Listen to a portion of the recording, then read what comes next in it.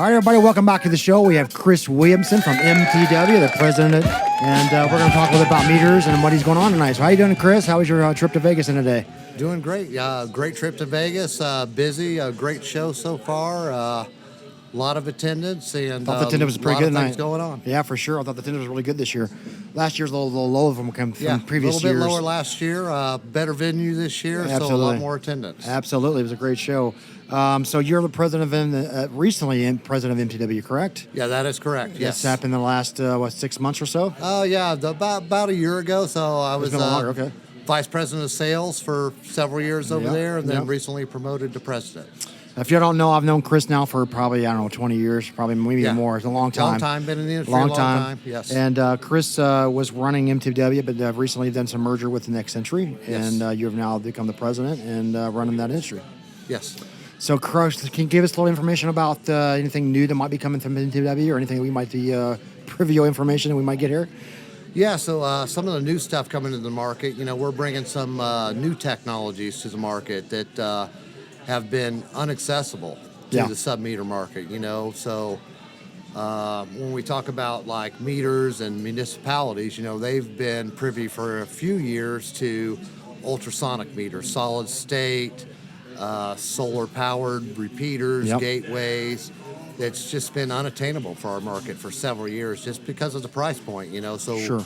We're pretty excited to bring that technology to the sub-meter market now at an affordable price. So, bringing the best technology to the market for conservation is really what we've always kind of strived for is, kind of being that cutting edge, being out front on bringing the best tech to the market to, to kind of drive the conservation of the market. And that's what I've seen. You guys have been the leader, really, of this industry for the last probably decade, maybe even longer, but at least for the last decade.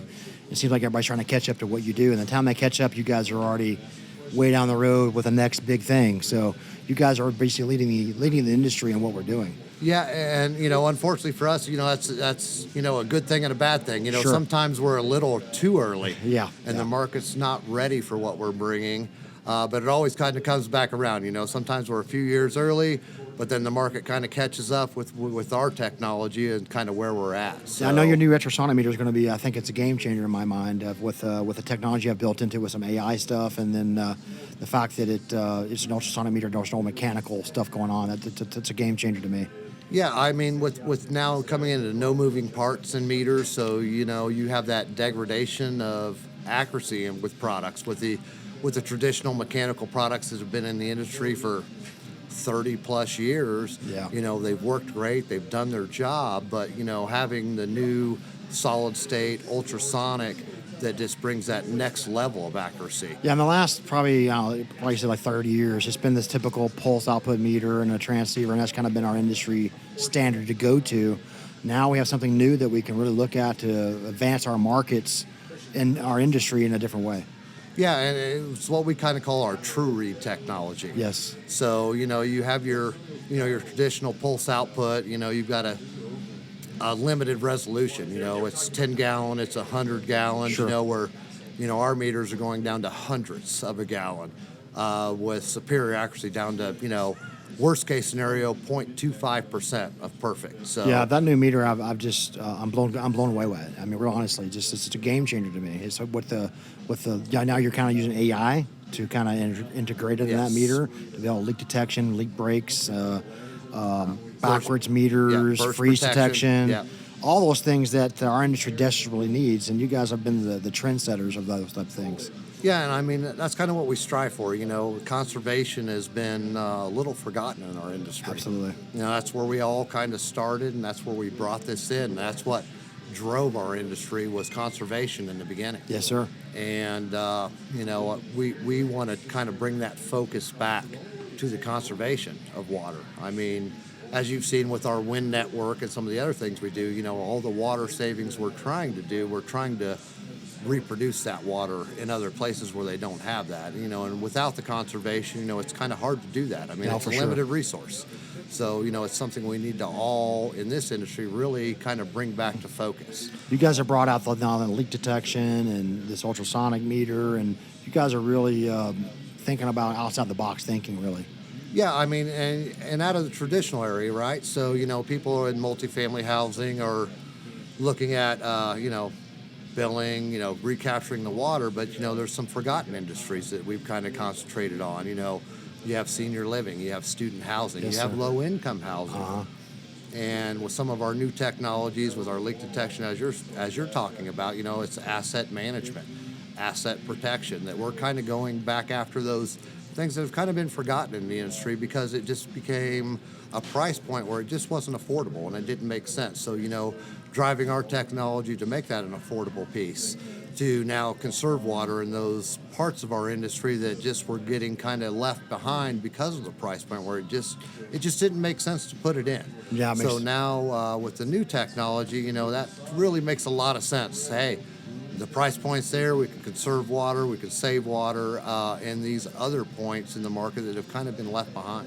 And one of the things we've all learned now that, and I have to give kudos to you and MTW because you've kind of like big brothered us a little bit, helped us evolve in the industry and get us kind of where we're at. And one of the things I see happening is that, with the total leak monitoring that you guys offer, taking that now to a market that I think is kind of untapped is the hotel market.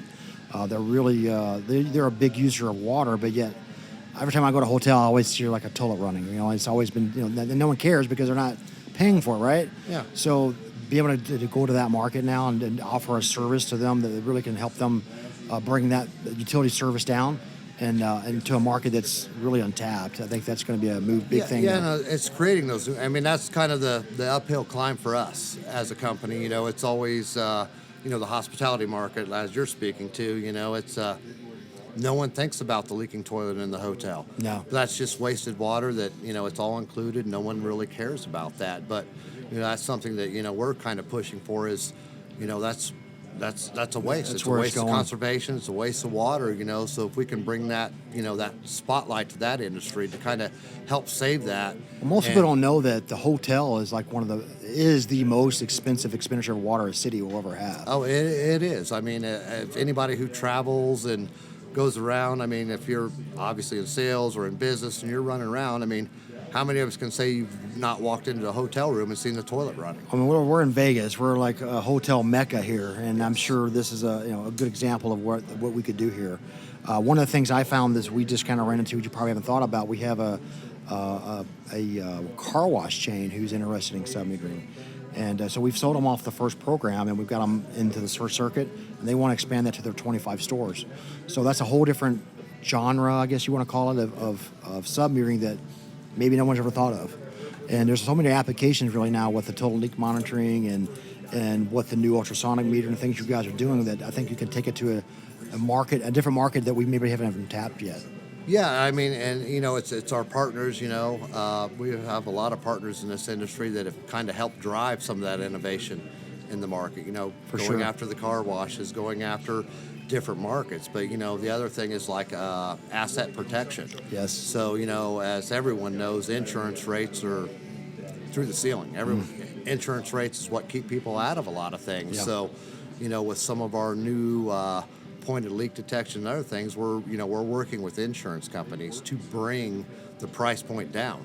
Give So, somebody discounts for putting in their system. Yeah, so put the system in, it helps protect the assets, which lowers the risk for the insurance companies, which then in turn lowers the Their cost insurance for the rate, property yeah. owners, Yeah. which then kind of goes down to the renters in the industry, but they're paying renters insurance. Well, now their renters insurance goes down because now the risk is less for the insurance Absolutely. companies. So we've been working with some insurance companies, brokers across the U.S. trying to get this put into their platform to say, hey, if we put this in, we're gonna reduce your risk, so now we can reduce costs to the consumer. And Yeah, I think your whole leak detection system's a new game-changing type of industry that we can a whole different way of doing things, and I hope to see that get us to another level of submetering. Like we're in a different market, a whole different genre, a whole different thing. So I see an uptick on hotels and schools and student housing and all the things that we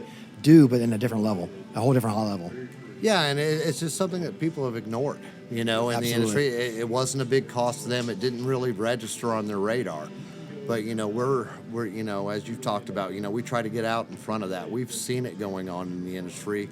we hear a lot of the complaints. We see some of the infrastructure that gets damaged, just from the water metering side of our business. We're like, oh, new construction, things are getting damaged. How do we help prevent that on Absolutely. our side? As we're trying to develop and do new products, it's looking at that next market. How do we help that, for the consumer, for the end user, not just for us, but, like you talked about before, we're kind of out front, Yeah.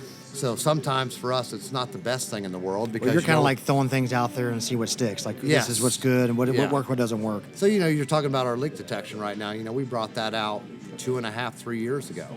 We brought it to market and everyone kind of balked at it. They balked at it. They're like, it's not really that big a deal. But, now 3 years later, they're like, we really need that. They see That's the- important. They see the importance of it. For making the sales, for continuing on for their business, for our customer base. So, like I said, good and bad news for us, right? We're out front a lot, but we sometimes have to sit on that technology until the rest of the market catches up to Absolutely. what kind of we've seen going on. Absolutely. But honestly, that just comes from listening to the market.